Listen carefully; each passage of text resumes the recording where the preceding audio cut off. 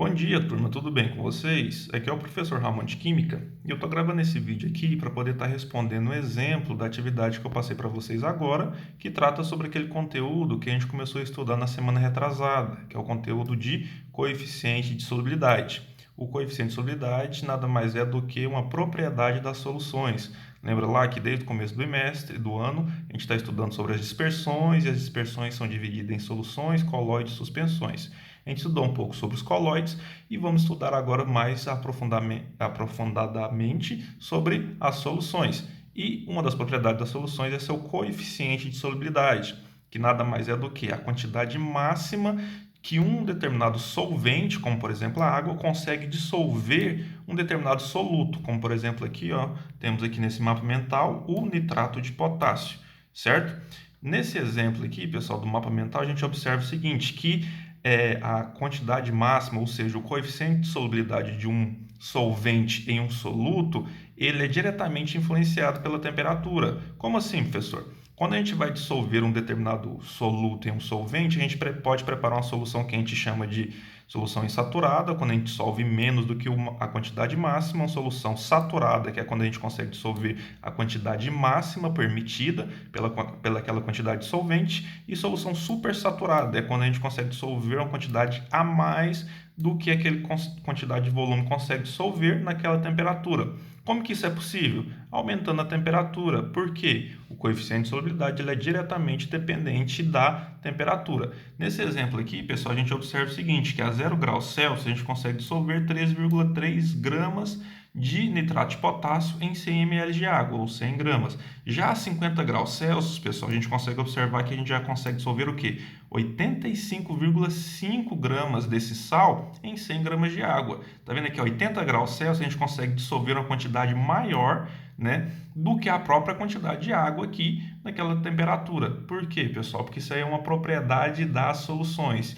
Quando você aumenta ou diminui a temperatura, você vai influenciar diretamente o coeficiente de solubilidade. E esse coeficiente de solubilidade pode ser interpretado por um gráfico, né? Aqui a gente tem o seguinte, pessoal, cada ponto desse aqui, 0 graus Celsius, a gente tem o primeiro ponto aqui, próximo a 13,3. 10 graus Celsius, a gente tem o segundo ponto, perto a 20 gramas aqui, certo? E a gente vai traçando esses pontos e consegue fazer o quê? Uma curva de solubilidade, que é o quê? Nada mais é do que essa propriedade, que é o coeficiente de solubilidade, representado por um gráfico, certo? Então, pessoal, isso é importante para a gente conhecer, né, para poder conseguir resolver esse exemplo dessa atividade, que é o que? A interpretação de um gráfico. Onde a gente tem aqui um gráfico que ele tem um eixo Y, que é o eixo do coeficiente de solubilidade, aqui está falando gramas em 100 ml, né? Ou seja, a quantidade de sal em gramas que a gente consegue dissolver em 100 ml. Né? Então, a gente trata da solubilidade, ou coeficiente de solubilidade.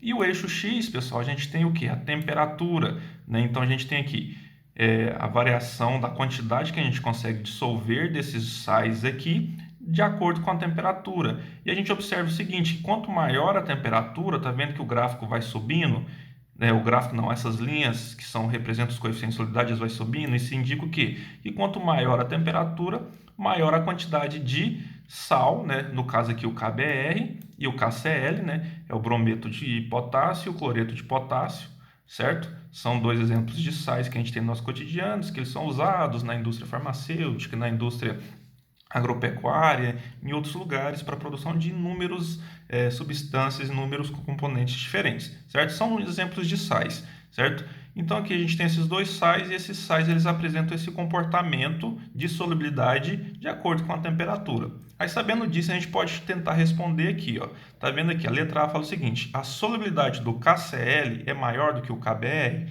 Pessoal, tá vendo que a linha do KCl está menor do que está abaixo da linha do KBr, significa o quê? Que a temperatura influenciou menos no KCl do que no KBr. Então essa resposta aqui está errada.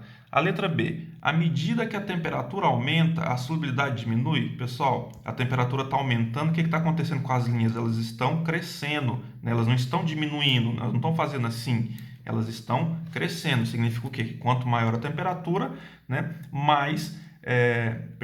quanto maior a temperatura, mais sal a gente vai conseguir dissolver nesses 100 ml aqui de água. A letra C, a solubilidade do KBr é maior do que o KCl?